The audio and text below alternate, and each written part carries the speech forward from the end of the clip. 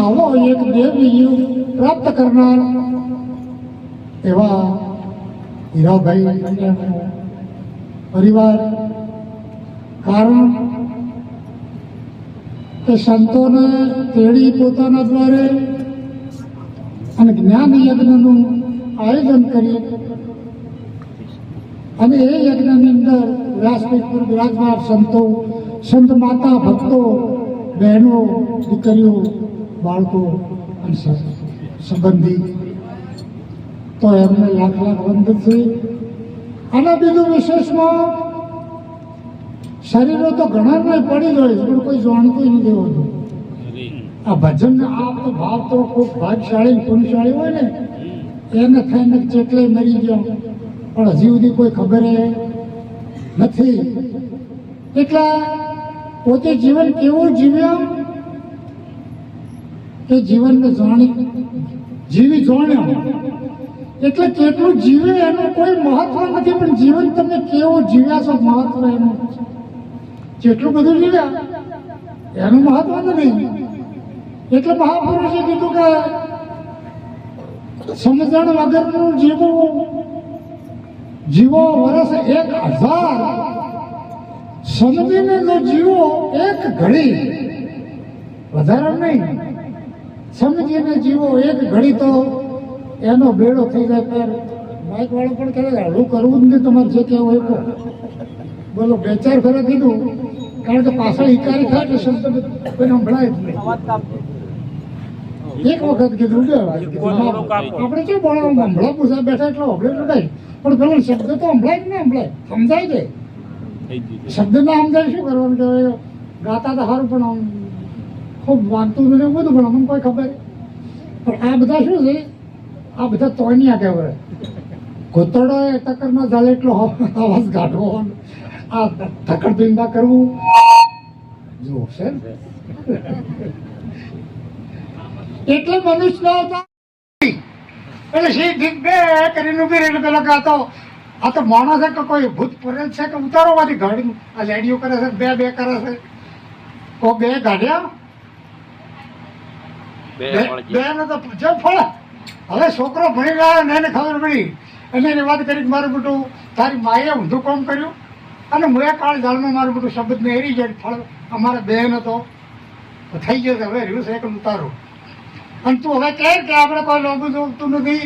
એ શંકર બાપજી અમારે બધું પહેલા હતું એવું ને એવું ફેર જાજે કાશિયા તું હતો કરો પેલો અહીંયા નહીં. એટલે આવો શરીર ને આવું દેવને દુર્લભ કહેવાનો મતલબ આવું સાધન મળ્યું છે. અને જો કદાચ બધી વાતો કરે છે આગળ ખૂબ ખૂબ વાણીની અંદર કીધું. હવે એના ઉપર આપણે વિચાર ન થાય આ ભજનમાં, પણ જો ભજનની વાત આપણામાં ભજન ના બેહે તો ખાલી ગાવાનું ને દાખલા દ્રષ્ટાંત કરીને જતું રહેવાનું.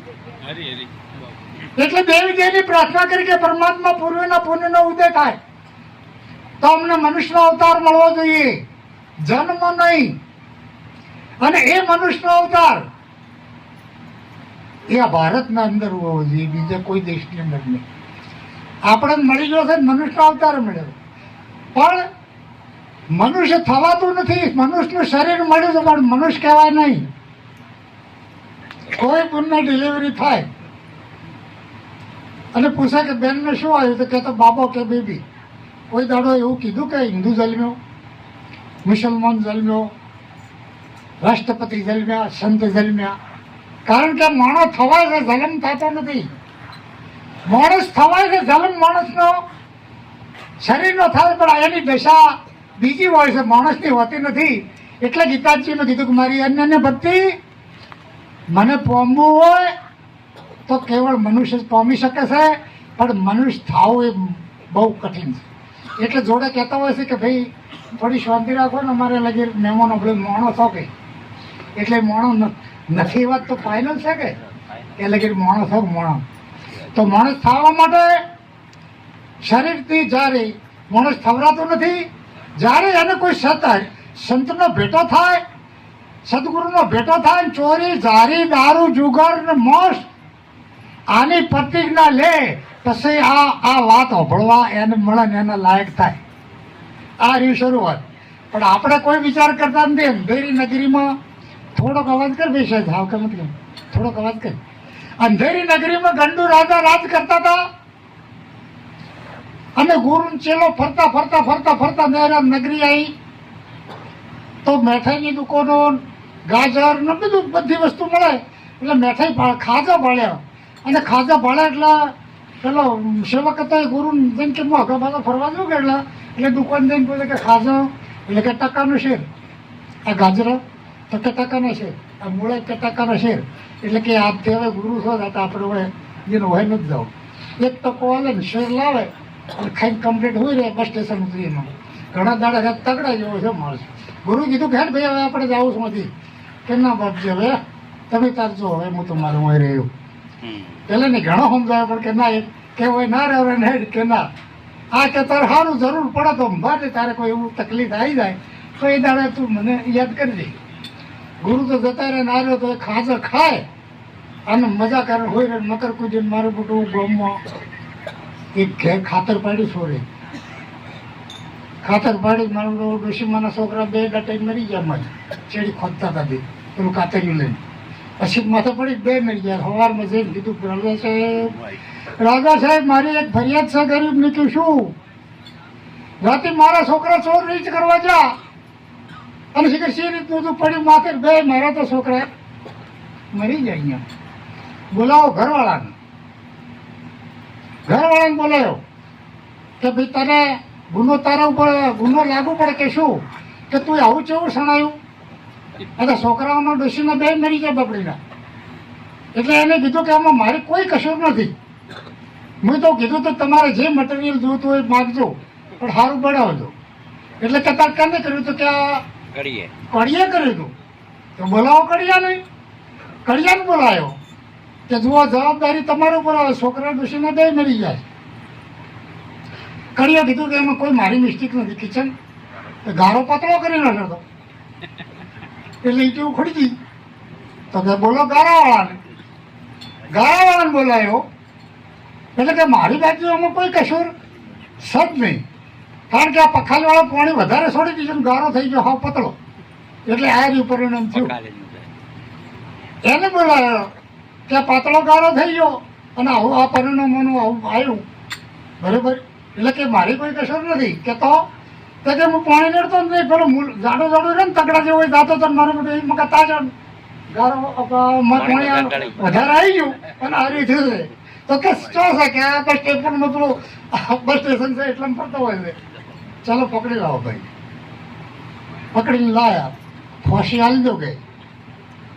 એટલે ફોસી હાલવાનું કહ્યું કે તારે અંતિમ કોઈને મળવું છે એવું અત્યારે કીધું કે એવો કાયદો છે કે ભાઈ તારે કોઈ મળવું છે. એટલે એને બોલાય મારે મારા ગુરુ મહારાજને મળવું છે. ગુરુ મહારાજને યાદ કર્યા કે આવું સંકટ આવ્યું છે અને આ તો શનો છોડે. ગુરુ મહારાજ આવ્યા કે હવે યુક્તિ સિવાય મુક્તિ ન થાય. જો હવે પહેલાં તો તું નથી માનું પણ હવે આપણે યુક્તિ કરવાની છે ને એટલે આ ઉપર એ માથું ગલવા જવું હોય ને તો હું જ્યારે આમ તને પાછો પાડીને આમ જો ને સડવા એટલે તારે મને પકડીને પાછો પડો તારે કહી જવાનું આમ કરવાનું પહેવાનું નહીં પણ આમ એવું કરવાનું પેલો કે હું પહેલો પેલો કે હું પેલો. રાજા કે શું છે બે એને કે હાલ અમારી છોકરી ચાલી ગઈ જે જાય ને એ મોક્ષ થઈ જાય છે એનો. એટલે કે ખસી તો બે જણા પછી મારી કે તારી. પેલો ઓગળી દબાઈ કે જો પેલું સાધન લાગે ને રિક્ષા હોય તો રિક્ષા, ટ્રેક્ટર હોય તો ટ્રેક્ટર, પણ વળતી નહેરી જવાનું છે. એટલે છૂટવા માટેનો દોર આવ્યો છે પણ આપણે શું ને જીવ રાજા મજા કરી રહ્યા છે. ઊંઘે ને ખોય ને પી મજા કરી રહ્યા પણ કોઈ બીજો કોઈ તકે શેર મળે છે એટલે ખાવાનું, ઊંઘવાનું, બાળ બચ્ચા પેદા કરવાના અને પછી શેર લેબરી જવાનું. પછી એને આટલી ખબર છે, બીજી કોઈ ખબર જ નથી કે આમાં કેવું કેવું મેં ગોઠવેલું છે શું છે ખબર નથી. એના માટે આ ગાયને કહેવું પડે છે ને સંતને ઉજાગરા કરવા પડે છે અને તકલીફ વેઠીને ઝઘડવા માટે જગતના જીવો મોહનિંદ્રામાં ઉજા છે ને એને ઝઘડવા માટેની આ કોશિશ છે. એટલે આ મોહમાં હે એટલે એક વાણી બોલું ભાઈ, અવાજ તો તમે આખે બધો બદલી નાખ્યો. હું હવળે કરવાનું કીધું. હવે આમાં ભણાવું તમારે સેટિંગ કરો.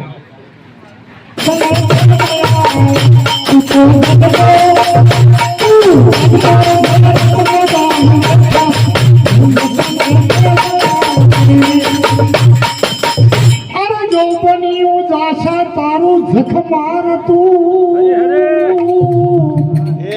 અને તારી કાયા ઝઝરવા લાગી. આજકાલમાં વાયદો તારો પૂરો થશે. એ તારા ઢીલે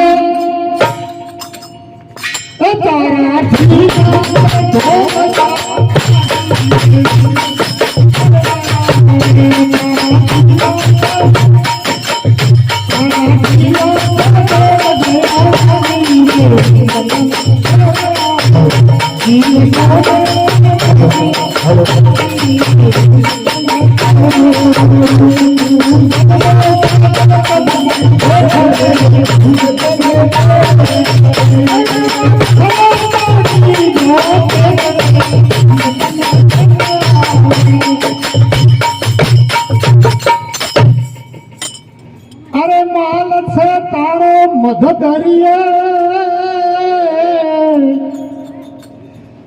અને તારું માણ ગયું છે ભાગી.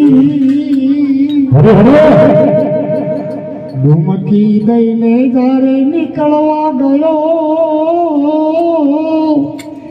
હે માથે લોઢના, હે માથે લોઢના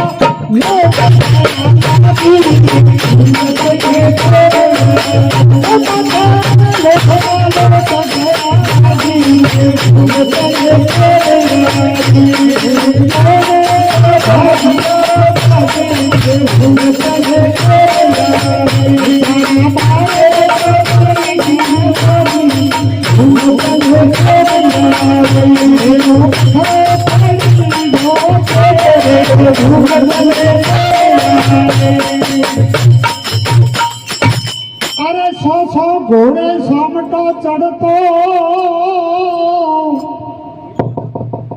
અને જીવનમાં ના જોયું કોઈ દાડો જાગી.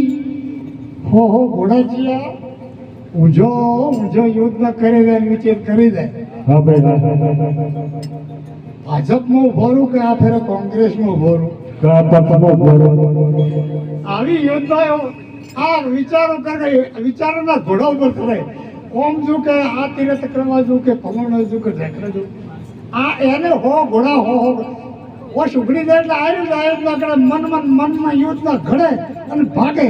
મને મન પરિણામ, મને મન રોડે, મનના લાડવા બનાવે. મેં જેટલું જીલો હોય એટલું એટલે મને જે બનાવતો હોય ને યોજના ઘડતો હોય ને એનો સ્વભાવ ચીડિયો હોય અને એનો સાહેબ એના ઘરમાં ન બે પૂરો ચીડિયો સ્વભાવ હોય કે એનો પહોંચો ન પહોંચો અને એનું મોટે જટાઈ જાય. ઘોડા જીવ થઈ ગયો. અરે સો ઘોડે તું સામટો ચડતો પણ જીવનમાં ના જોયું તું જાગી. જમણાય આવશે જ્યારે જીવને લેવા એ તારી કાયા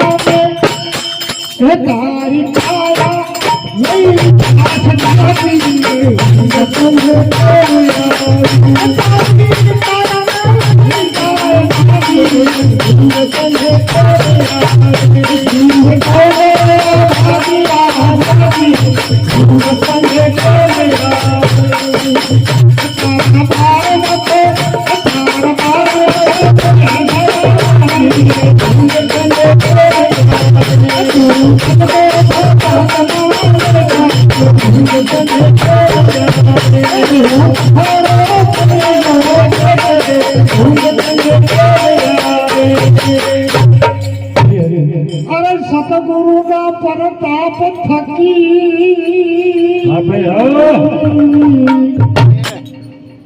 અને બોજો કહે મારી ભ્રમણા ગઈ ભાગી ભાગી ભાગી હે મને હવે હે મને લેહ ભાજન આવે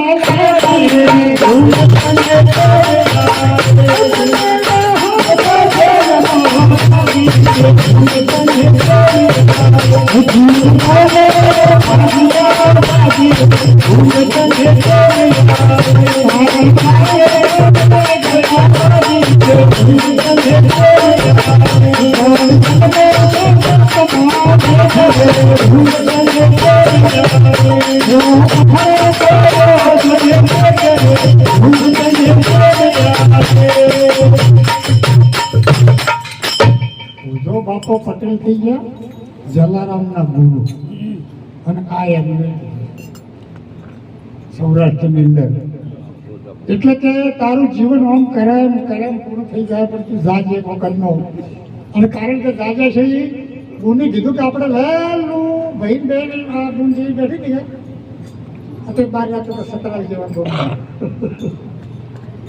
એટલે કે ટિફિન બીજું વહેલું કરી લો પણ આપણે પહેલા હુંથી બેસી જવું બરાબર એટલે ભાઈ વહેલી ઉઠી અને ટિફિન બીજું નાસ્તો તૈયાર કર્યો ને ભાઈ કે તાર હું ઘણી વાર હોઈ રહ્યો ઉજાગરો હવે મારે બધું ઊંઘમાં સપનું આવે મારું એને તો ચોરી કરી પકડાઈ જાય કે છે મારું બધું 10 વર્ષની પડી ઊંઘમાં સપનામાં 10 વર્ષની પડી પેલી તૈયાર કરીને શું બધું અને કે ઉઠાવવા ટાઈમ થઈ જાય બરસ કરીને ચા પીધો પી લો એટલે કે 10 વર્ષની તેમાં પોસ તો ગાડી ન જાય અને હવે બાકી રહે